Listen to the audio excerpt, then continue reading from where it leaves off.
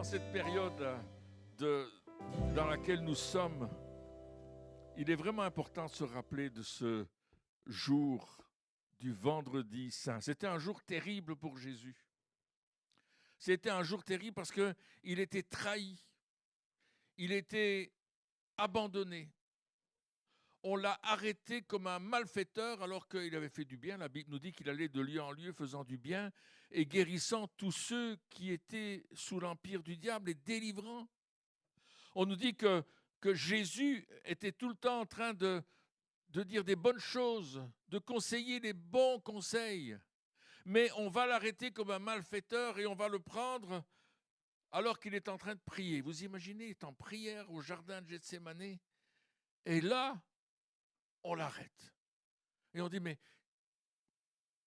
t'es un gangster, t'es un voleur, t'es le pire de tous. On lui trouve tous les défauts.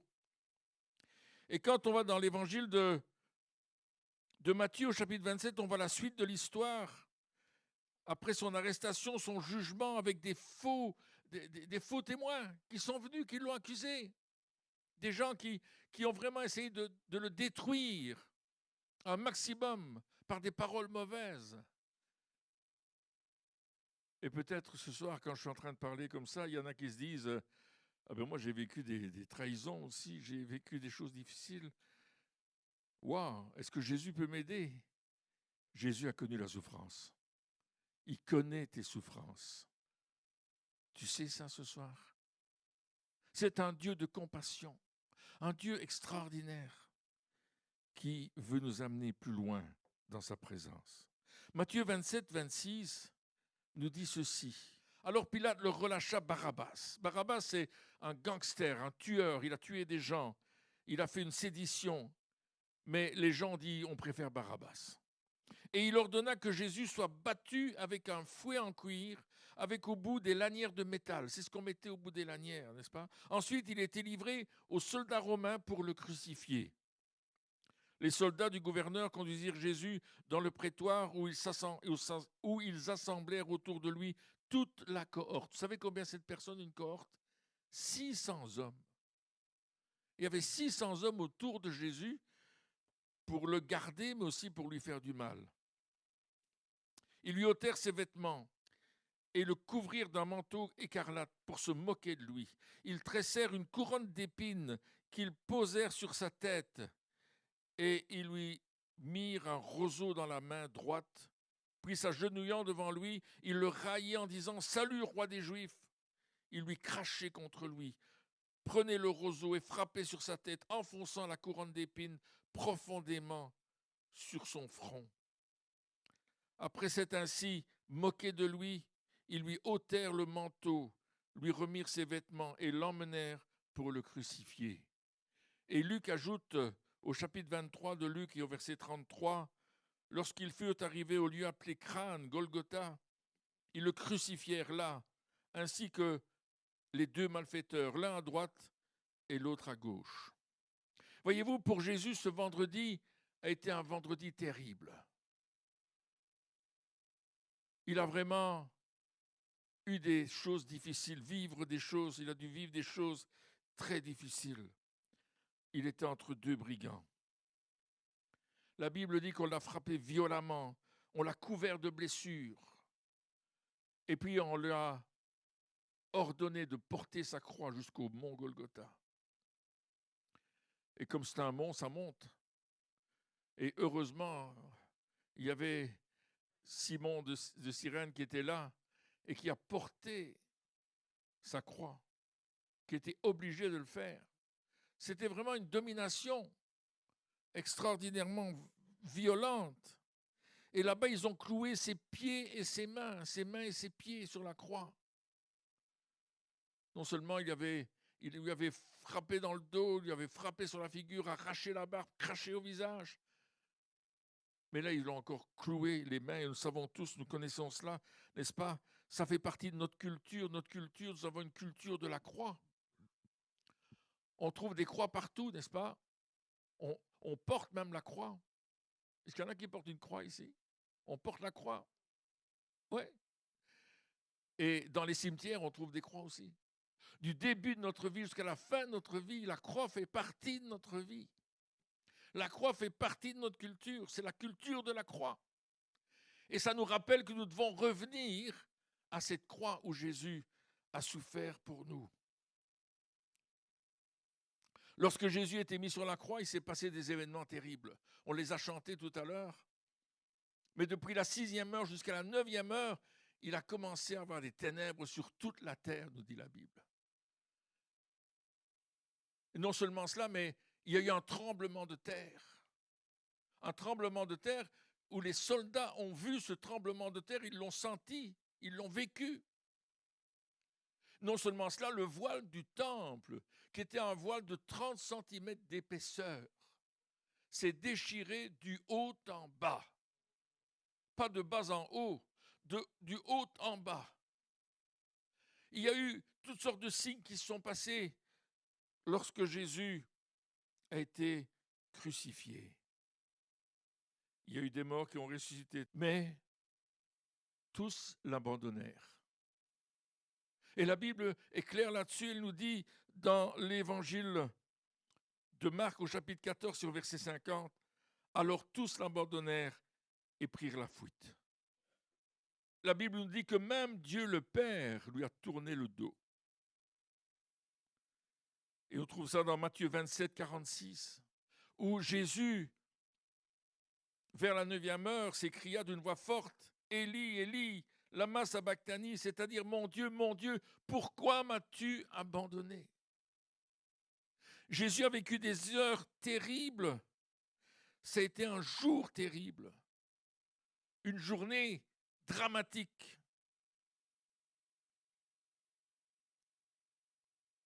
Mais Jésus est allé à la croix pour une raison. Ce n'est pas un accident de parcours.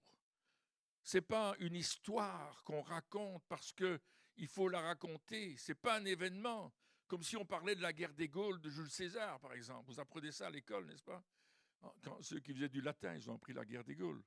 Ce n'est pas l'histoire de la guerre 40-45 ou un autre conflit. C'est quelque chose qui a été vécu profondément et qui touche notre génération aujourd'hui. Matthieu 17, 22, Jésus dit ceci. Pendant qu'il parcourait la Galilée avec ses disciples, Jésus leur dit, « Le Fils de l'homme, c'est-à-dire lui, doit être livré entre les mains des hommes et ils le feront mourir, et le 3e jour, il ressuscitera. » Et ils furent profondément attristés. Jésus annonce sa mort et sa résurrection des semaines, des mois, des années à l'avance. Jésus s'est fait pécher pour nous. Il n'est pas mort par accident, il n'est pas mort parce que ça faisait bien de mourir. Ça ne fait pas bien de mourir sur une croix, n'est-ce pas? Mais la Bible nous dit dans 2 Corinthiens 5, 21, « Celui qui n'a point connu le péché, il l'a fait devenir péché pour nous, afin que nous devenions en lui justice de Dieu. » Waouh! Il n'a pas connu le péché, mais il est devenu péché.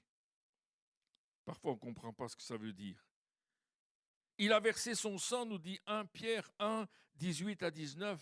Il a versé son sang pour la rémission, pour effacer définitivement nos péchés. Alléluia! Et c'est cette grâce-là que la croix nous offre aujourd'hui, sachant que ce n'est pas par des choses périssables, par de l'argent ou de l'or, que vous avez été rachetés de la vaine manière de vivre que vous aviez hérité de vos pères, mais par le sang précieux de Christ, comme d'un agneau sans défaut et sans tache. Et Jean le Baptiste, lorsqu'il a vu Jésus, on trouve ça dans le 1er chapitre de l'évangile de Jean, il a dit, « Voici l'agneau de Dieu qui ôte le péché du monde. » Directement, il l'a identifié comme étant l'agneau de Dieu qui ôte le péché du monde. Parfois, on voudrait trouver une solution, une autre manière de faire pour que nos péchés soient pardonnés. Beaucoup de gens essayent de trouver toutes sortes de succès d'années pour essayer d'avoir une solution, mais ils n'y arrivent pas. Mais Jésus a pris notre péché. Et la Bible nous dit que non seulement il a pris nos péchés, et on l'a chanté tout à l'heure, mais par ses meurtrissures, nous sommes guéris. Alléluia. Nous sommes sauvés. Nous sommes délivrés. Nous sommes libérés. Oh, mais je voudrais vous entendre faire beaucoup plus de bruit que ça. C'est par ses meurtrissures, c'est par sa souffrance, c'est par le fait qu'il est allé sur la croix qu'il vit toutes ces choses. Pour toi et pour moi. C'est ça la foi en Jésus-Christ. Amen. Alors oui, le vendredi a été terrible. Le samedi est encore plus terrible parce que Jésus était dans la tombe et la tombe était scellée. Et pour les disciples, c'est encore plus terrible. Mais, dites avec moi, mais, encore une fois, mais, il y avait le dimanche qui arrivait. Il y avait le dimanche qui arrivait où la pierre allait être roulée, où Jésus allait sortir du tombeau. Le diable croyait avoir gagné, mais Jésus sur la croix a dit un mot très intéressant. Il a dit, tout est accompli. Dites-le avec moi, tout est accompli. Alléluia. C'est fini. C'est terminé. Et nous, on pense qu'il a dit ça parce qu'il était en train de mourir. Mais en fait, il disait un cri de victoire. Tout est accompli. J'ai achevé de faire tout ce que le Père m'a demandé de faire, dira Jésus. Tout est accompli. Et c'est le temps, c'est le moment, c'est l'instant où nous allons rencontrer un Seigneur qui veut non seulement nous libérer, mais il veut nous sauver, il veut nous donner la vie éternelle. Car Dieu a tant aimé le monde, l'humanité, les hommes et les femmes, vous et moi, chacun d'entre nous, il nous a tellement aimés qu'il a donné son Fils unique, afin que quiconque croit en lui ne périsse pas, mais qu'il ait la vie éternelle. Cet amour sans limite, cet amour qui veut vous atteindre ce soir, l'amour de Dieu était là sur cette croix. Alléluia, Jésus a accompli tout ce qu'il devait faire. Et vous savez, les femmes sont allées au tombeau le 3e jour, elles étaient là et puis elles voulaient l'embaumer comme c'était la coutume. Et puis ils se sont trouvés devant un tombeau qui était vide.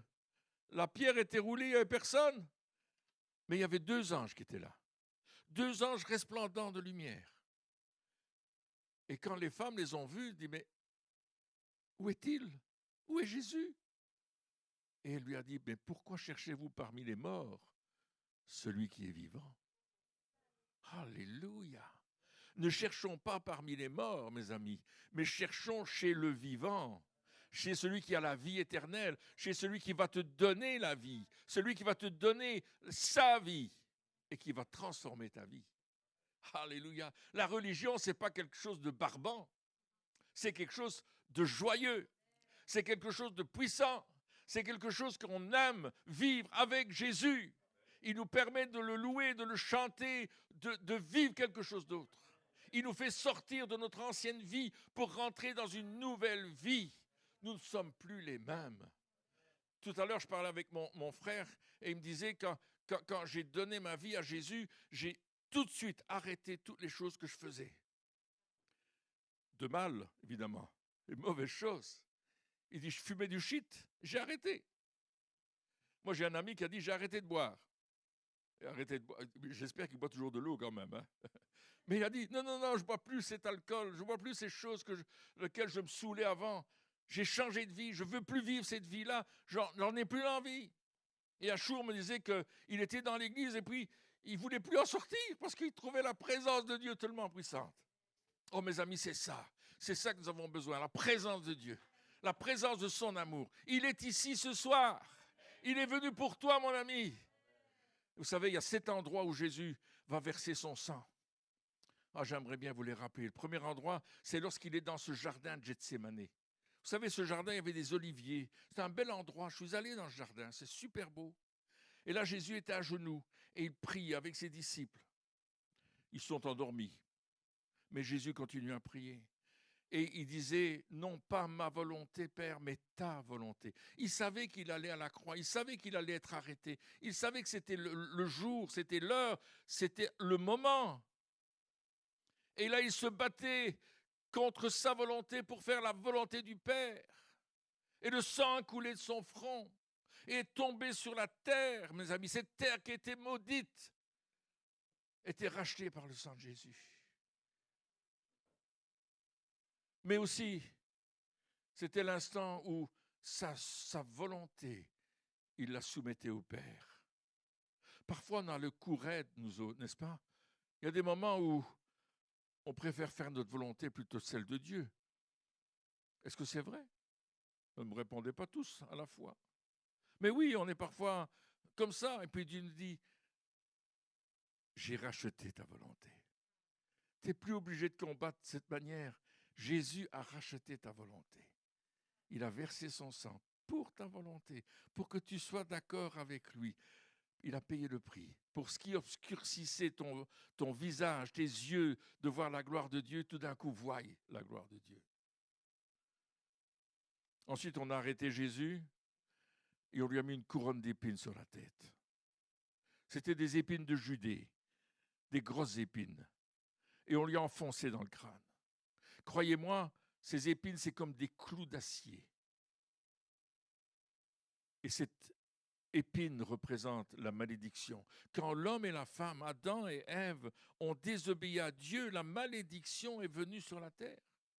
Avant cela, il y avait grande bénédiction. Ils parlaient avec Dieu, ils communiaient avec lui, mais dès qu'ils ont désobéi à Dieu pour écouter la voix du menteur, la voix du diable, ils ont perdu cette bénédiction.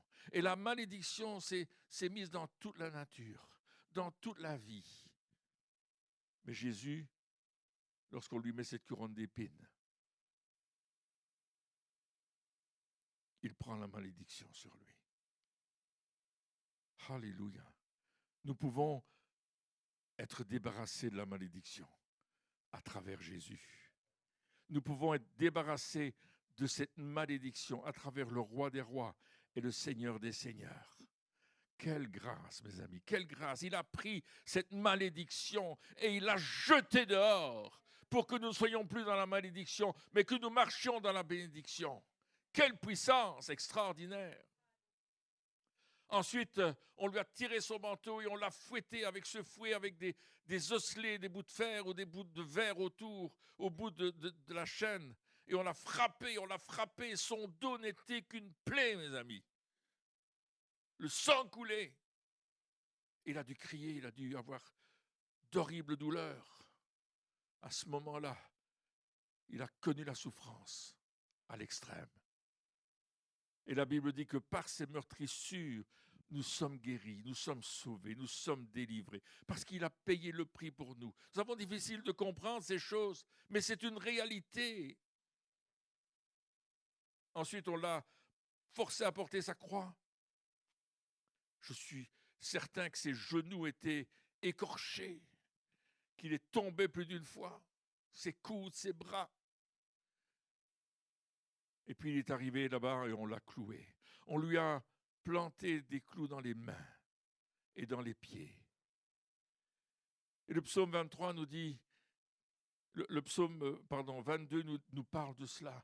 David avait eu cette vision de la croix 600, 700 ans avant Jésus-Christ. Et il avait vu cela. Le prophète Ésaïe avait vu le dos de Jésus meurtri.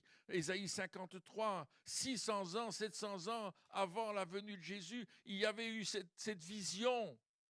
Parce que Dieu ne fait rien par hasard. Il fait tout pour nous. Il fait tout pour vous. Il fait tout pour que nous rentrions dans cette dimension. Alléluia. Il nous prévient. Jésus a accompli 380 prophéties le concernant durant son séjour sur la terre. C'est intéressant. Et il y en a encore qui vont s'accomplir et il y en a qui sont accomplis, donc qui vont s'accomplir encore par rapport au peuple d'Israël, par rapport à l'enlèvement de l'Église, par rapport à un changement total, radical sur cette terre. Waouh, merci Seigneur. Et puis, les mains cloué, les mains représentent l'autorité.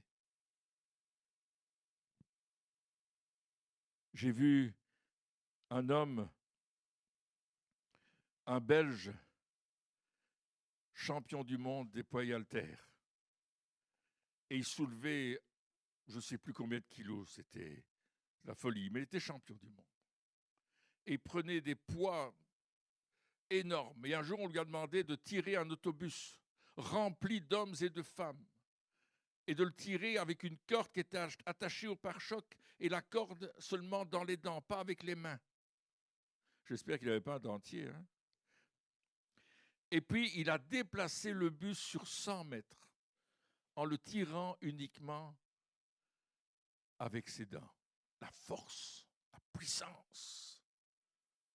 Mais j'ai vu un homme qui avait de l'autorité. Il n'était pas grand, à peu près à cette hauteur-ci. Et d'une seule main, il a arrêté un camion qui roulait à du 80 à l'heure. Il a arrêté le camion. Mais sur sa tête, il y avait un képi, c'est marqué police. Ça, c'est l'autorité. L'autorité. Les mains représentent cette autorité avec laquelle on va combattre les puissances des ténèbres. Mais aussi, les mains représentent ce qu'on va faire de bien, la bénédiction qu'on va apporter. Comment on va bénir les gens, comment on va leur donner quelque chose. Les mains, ce n'est pas fait pour prendre, pas fait pour faire du mal, c'est fait pour aimer, pour caresser. Et Jésus a eu ses mains clouées pour que nous retrouvions cette autorité, mais aussi cet amour, cette compassion que lui-même avait. Chaque fois que les malades venaient vers lui, il priait pour eux et il les guérissait tous. Waouh! Jésus faisait ça. Il prenait son temps. Alléluia. On a cloué ses pieds. Et les pieds, ça représente là où on va marcher, n'est-ce pas? Mais ça représente aussi que nous sommes non plus écrasés par le diable, mais que nous écrasons le diable. Les pieds représentent cette position que nous avons aujourd'hui en Jésus, si nous croyons en lui, si nous mettons notre vie en lui. Cette position qui écrase l'ennemi. Alléluia. Mais c'est aussi ces pieds qui vont porter des bonnes nouvelles. Ah, qu'ils sont beaux les pieds de ceux qui annoncent de bonnes nouvelles, mes amis. Alléluia. Oh. Jésus a eu ses pieds percés pour que nous allions et que nous portions la bonne nouvelle autour de nous. Alléluia. Quelle joie, quelle puissance, quel moment extraordinaire nous pouvons voir à la croix de Golgotha. Lorsque Jésus a dit « tout est accompli », eh bien, il a définitivement fermé la porte à l'ennemi. Le mot qu'on utilise dans le grec pour « tout est accompli » est un mot très courant, qu'on utilise dans les affaires. Quand tu signes ta facture, tu dois, et que tu as payé ce que tu dois payer à ton entrepreneur, il marque « acquitté ». Tout est accompli. Tout est payé. Jésus a tout payé. Tu n'as plus à payer. Il a payé pour toi. Alléluia. C'est lui qui a payé le prix. Il a payé le prix pour que tu sois vivant. Il a payé le prix pour que tu vives. Il a payé le prix pour que ta vie change. C'est ça la croix. La croix, c'est la mort de Christ sur la croix, c'est l'événement le plus extraordinaire que nous pouvons voir. Parce que c'est là qu'il va racheter chacune des parties de notre vie qui a été volée par Satan. Mais mes amis, j'aimerais vous dire que il a payé le prix, tu n'as plus à payer. Tu as juste à croire. Tu as juste à recevoir. Tu as juste à demander à Christ de venir dans ta vie. Et il va le faire parce qu'il t'aime. La croix, c'est cela. C'est l'endroit où Dieu nous rachète. Et peut-être vous connaissez l'histoire de ce petit garçon. Avec son papa, il a fabriqué un beau petit bateau. Son papa était un menuisier et ils ont travaillé le bois, ils ont fait un petit bateau, ils ont creusé et ils ont vraiment fait un beau petit bateau. Ils ont mis des mâts au bateau et son papa lui a dit « Si tu gravais ton nom sur le bateau, qu'est-ce que tu penses ?» Il a gravé le nom sur le bateau Il s'appelait Peter. Il faut changer un petit peu. Il a écrit Peter dessus. Et il a écrit son nom de famille, Bäumer.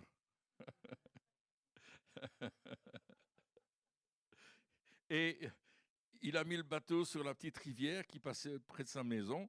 Il avait fait des petites voiles avec du papier. Et c'était un beau bateau. Et il regardait, il était fier de son bateau. Il est beau. Il disait à son père, regarde quel beau bateau. On a crié là, mais vraiment, il va bien sur l'eau et tout. Et tout d'un coup, il y a eu un coup de vent et le bateau est allé plus loin. Et il est allé jusque près de la mer. Et là, il y a eu une vague qui a pris le bateau et qui l'a emmené plus loin. Et le bateau était perdu.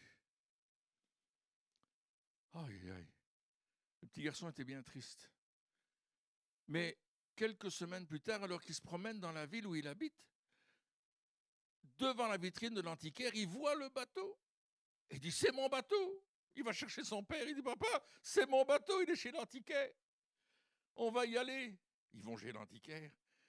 Et l'antiquaire dit, oui, tu veux acheter le bateau? Il dit, mais c'est mon bateau. Mes initiales sont écrites dessus. C'est moi qui l'ai fait de mes mains. L'antiquaire a dit, il faut le racheter. Et son père a dit, il faut que tu travailles pour le racheter. Alors un petit garçon a commencé à aller jeter les journaux porter les journaux dans les maisons, le gazon, etc. Il a commencé à travailler, rassembler de l'argent. Et quand il a eu la somme, il est allé avec son papa chez l'antiquaire et il a racheté son bateau pour le prix qu'il était à vendre. Et puis ils sont sortis et prenaient le bateau sur son cœur. Et il disait, il est 2 fois à moi. Il est 2 fois à moi. Et tout le long du chemin, il disait, il est 2 fois à moi. Il est 2 fois à moi. Et son père dit, mais pourquoi tu dis il est 2 fois à toi? Il dit, parce que je l'ai fabriqué et parce que maintenant je l'ai racheté. C'est exactement notre histoire. La Bible commence dans la Genèse par le fait que Dieu a créé l'homme à son image. Il nous a créés. Il a marqué ses initiales en nous. Dans nos ADN, on trouve une croix. C'est extraordinaire, n'est-ce pas? Les savants ont découvert cela. Nous sommes marqués du nom du Créateur. Alléluia.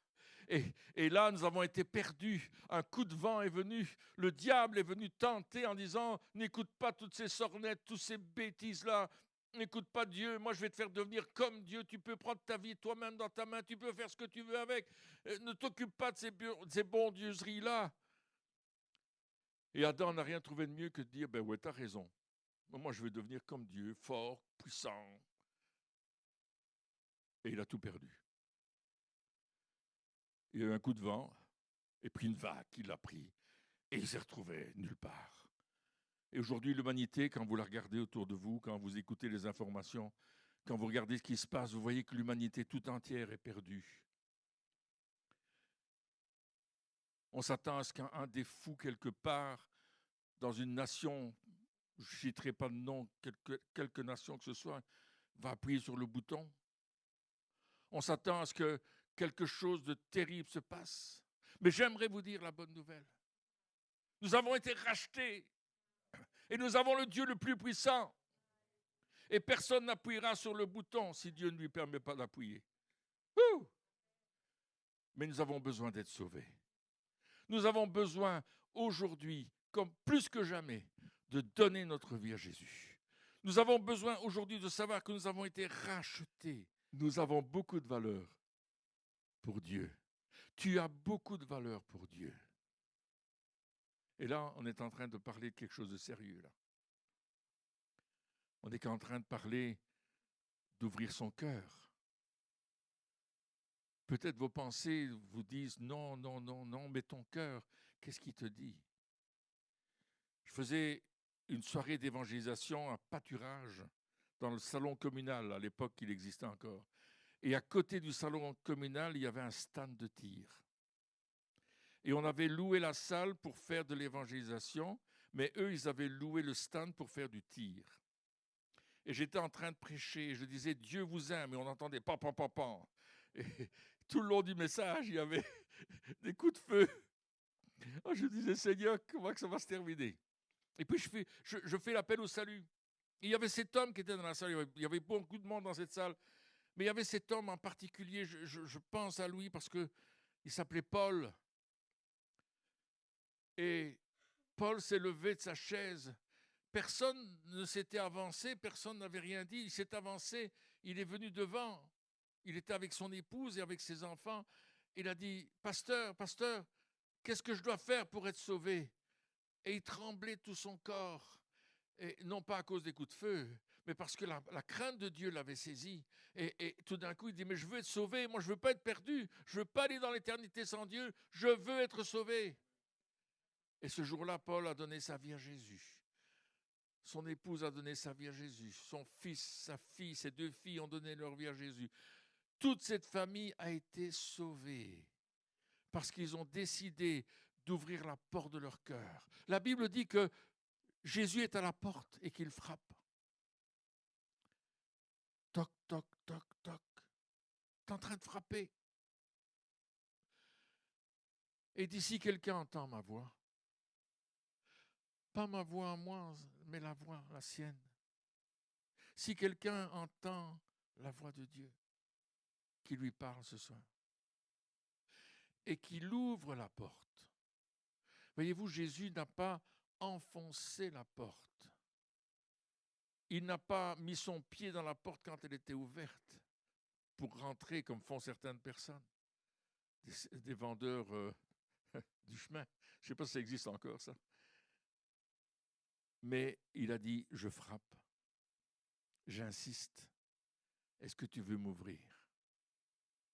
Et si quelqu'un m'ouvre la porte, c'est ton geste, c'est toi, c'est toi, c'est pas moi, c'est pas nous, c'est pas la religion. C'est la porte de ton cœur. Jésus dit, si tu m'ouvres la porte, je rentrerai chez toi et je souperai avec toi. Jésus a amené le souper. Il a amené tout ce que tu as besoin. Il dit, je viens, mais je ne viens pas pour te prendre quelque chose, je viens pour te donner quelque chose. Je veux te donner la vie éternelle. On aura cette relation, cette communion, cette complicité avec lui. La foi, c'est une complicité avec Dieu. Peut-être que vous avez déjà cette complicité depuis longtemps. Vous ne le saviez pas. Mais peut-être que quand tu es dans des difficultés, tu dis, oh Dieu, qu'est-ce que je dois faire? Comment je peux faire ça? Qu'est-ce que je dois dire? Est-ce qu'il y en a qui se reconnaissent, qui disent, ouais, moi, ça m'arrive souvent? Ouais, je vois des mains, ouais, moi je fais ça. Hein. Dis Seigneur, qu'est-ce que je dois dire ce soir à ce peuple qui est là pour fêter ce Good Friday, ce merveilleux vendredi où tu as tout payé pour nous, où tu as écrasé la tête du diable, où tu as chassé loin le dragon. Il n'y a plus de dragon à Mons, Jésus l'a vaincu. Alléluia! C'est pas Saint-Georges, c'est Jésus. Et je respecte votre tradition, mais je dis, Jésus a vraiment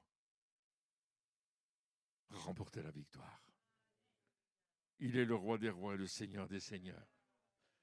Et ce soir, nous sommes là pour plusieurs choses. D'abord, pour le recevoir dans notre vie. Ah, mes amis, je me souviens de ce jeune homme. Écoutez, on était dans un cercle d'étudiants. Et lui était venu dans ce cercle d'étudiants. Et ce soir-là, j'apporte la parole dans ce cercle d'étudiants. C'était ici à Mons. Derrière l'église Sainte-Élisabeth, on avait une salle que le curé nous prêtait là. Et les étudiants, ils venaient là. Et puis moi, je venais de temps en temps les aider. Et puis ce jeune homme, qui n'était pas un étudiant, était venu là pour écouter, parce qu'il avait des jolies filles, alors il cherchait les jolies filles. Et il était là. Et puis moi, ma méditation ce soir-là, c'est le fils prodigue. Vous savez, ce gars qui a pris tout le pognon de son père et qui est parti le dépenser avec les prostituées dans les bars et dans les casinos de l'époque. Et puis qui s'est retrouvé à nourrir les cochons parce qu'il n'avait plus à manger, et qui est retourné vers son père. Et j'étais en train de parler de cette histoire, et le gars qui était en face de moi, il commençait à rougir, et il y avait la fumée qui sortait de ses oreilles, et il avait sa main dans sa botte parce qu'il avait un couteau dans sa botte, un poignard comme ça. Il voulait me tuer parce que j'étais en train de parler de son histoire. Il n'a pas sorti le couteau, il ne m'a pas tué, merci Seigneur, mais il a donné sa vie à Jésus. Et c'est comme ça que j'ai vu qu'il avait son couteau dans sa botte et qu'il était capable de me trucider là, sur place. Alors, merci Seigneur, je suis encore vivant aujourd'hui. Mais je parlais de son histoire et ça le dérangeait. Il était pas content, mais il a donné sa vie à Jésus quand même. Et peut-être ce soir, tu es là et tu n'as pas de couteau dans ta poche, merci Seigneur. Ni autre chose, s'il vous plaît. Sortez pas d'armes ici. Mais c'est le moment de faire une prière, mes amis. De parler à Dieu. La prière, c'est pas répéter quelque chose. C'est parler avec Dieu. Et je suis persuadé que beaucoup de personnes parlent à Dieu, ils ne savent même pas. Ils ne savent pas même pas qui est Dieu. Mais ce soir, je vous ai expliqué qui était Dieu. Jésus, son Fils unique, qui est venu mourir pour nous, qui est sorti du tombeau, qui est vivant aujourd'hui. Il est apparu à plus de 500 personnes. Il a parlé à ses disciples pendant 40 jours. Et puis, il est monté au ciel. Et il nous a envoyé la personne du Saint-Esprit pour nous conduire aujourd'hui, alors que nous sommes sur terre. Mais si vous ne connaissez pas ce Dieu dont je viens de vous parler, le Dieu de la Bible, le Dieu de la parole de Dieu, je vous invite à le recevoir dans votre vie. On va faire ceci ce soir. Je vais vous expliquer ce que je fais d'habitude. Je fais une prière et si vous voulez la répéter, vous la répétez. Et vous parlez à Dieu. Vous ne parlez pas à moi, vous le répétez dans votre cœur. Vous ne le répétez pas à haute voix spécialement. Si tu as fait cette prière sincèrement, et je sais que vous êtes sincère, je vous demanderai de lever la main un instant et dire oui, moi j'ai fait cette prière, comme signe que vous l'avez fait. Et si vous le désirez après, si vous le voulez, je veux prier pour vous. Et je vous demanderai à ce moment-là de vous avancer, si vous le voulez. Et j'aimerais poser mes mains sur vous. Je vous ai dit tout à l'heure que les mains, c'était un signe de bénédiction pour donner, pour communiquer quelque chose. Et de la part de Dieu, je voudrais vous communiquer la vie.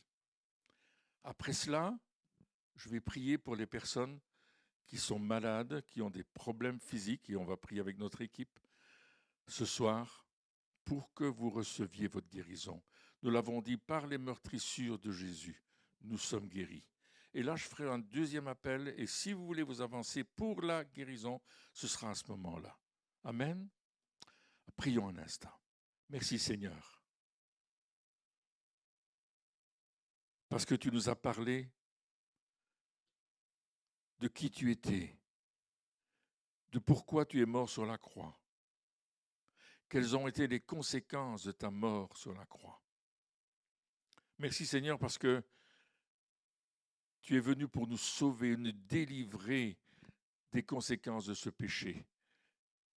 Et le monde aujourd'hui a besoin d'entendre ce message.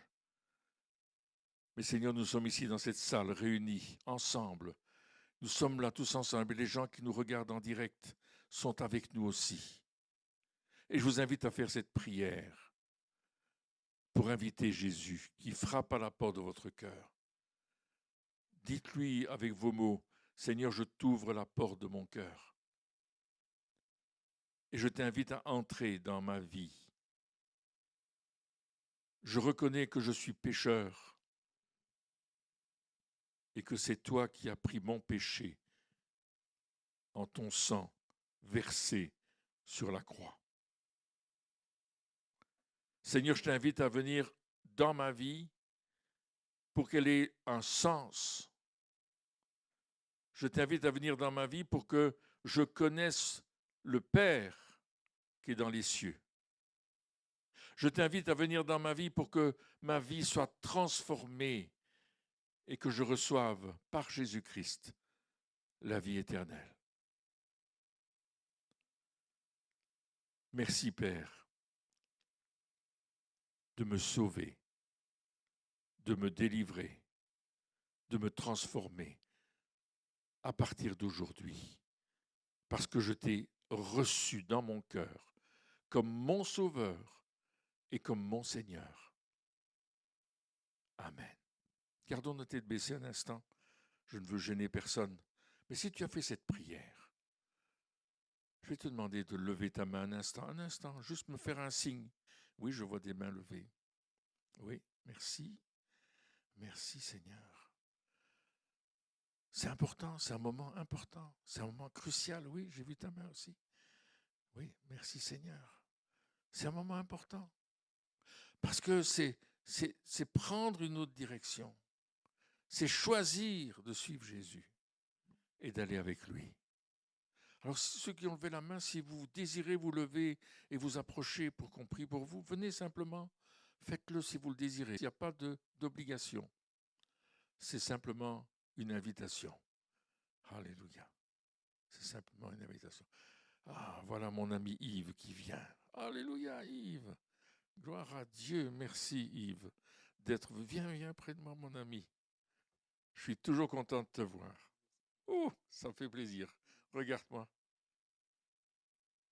Jésus est là. Il est avec toi. Tu le sais? Seigneur, je bénis cet homme. Je le bénis de la bénédiction profonde de Dieu dans sa vie. Merci pour tout ce que tu lui as accordé jusque maintenant et que tu lui accordes encore. Merci Seigneur de ce que tu fais de lui un enfant de Dieu. Par la grâce, tu as tout accompli, tu as payé le prix pour cela. Et aujourd'hui, il peut vivre maintenant dans une nouvelle vie au nom de Jésus. Amen. Merci Yves d'être venu. Emmanuel, alléluia, alléluia Emmanuel. Vraiment, il y a quelque chose qui se passe en toi là, chaque fois que tu viens. Hein? Amen. Merci pour Emmanuel, Seigneur. Oh, tu lui as tant donné. Oui, le Seigneur me montre que tu as reçu beaucoup de choses de la part de Dieu. Il t'a gardé tout au long du chemin. Il t'a protégé. Il t'a entouré. Et Dieu te dit simplement ce soir, je veux restaurer en toi les choses qui ont été brisées. Je ne sais pas trop de quoi il parle, toi tu le sais mieux que moi, mais il y a comme si des loquets qui ont été mis dans ta vie, hein, des verrous, et Dieu est en train d'enlever ça pour que tu sois libre, pour que tu te sens libre, pour que tu respires enfin la vraie vie. Et Dieu te dit, ne crains pas, je suis avec toi. Amen. Ça bénit. Amen. Alors s'il y a des personnes qui sont souffrantes de quoi que ce soit ce soir, que ce soit le diabète, que ce soit des problèmes pulmonaires, les pieds, ah oui, il y a beaucoup de gens qui ont mal aux pieds, les genoux, la tête, peu importe, venez ce soir. Jésus va toucher votre corps et je vais appeler les musiciens aussi qui ne sont pas de service. Vous avez besoin de prière, venez, hein, les musiciens, ne vous inquiétez pas, mais si je peux avoir quelques musiciens, on va prier. J'invite mon équipe à venir pour prier aussi ce soir parce qu'on veut voir la gloire de Dieu. Quoi que tu puisses avoir, Christine, tu peux venir prier aussi, s'il te plaît. Alléluia.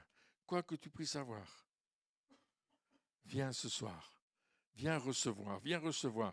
Vous savez, j'ai parfois prié 10 fois pour la même personne. Et à chaque fois, elle me disait, mais j'ai rien reçu, j'ai rien reçu. Je dis, mais t'inquiète pas, tu vas recevoir. Et la 10e fois, elle est venue me trouver en disant, je suis guéri. Je dis, oh, alléluia. On a persévéré. Et ce n'était pas du hasard, c'était une transformation qui se faisait, qui se mettait en marche, qui se faisait tout simplement là ce soir. Alors, où que tu aies mal ce soir, j'aimerais que tu confesses que par les meurtrissures de Jésus, tu es guéri. Dis-le simplement. Par les meurtrissures de Jésus, je suis guéri. Par les meurtrissures de Jésus, j'ai la vie. Alléluia. Alors on va prier pour vous. Alléluia.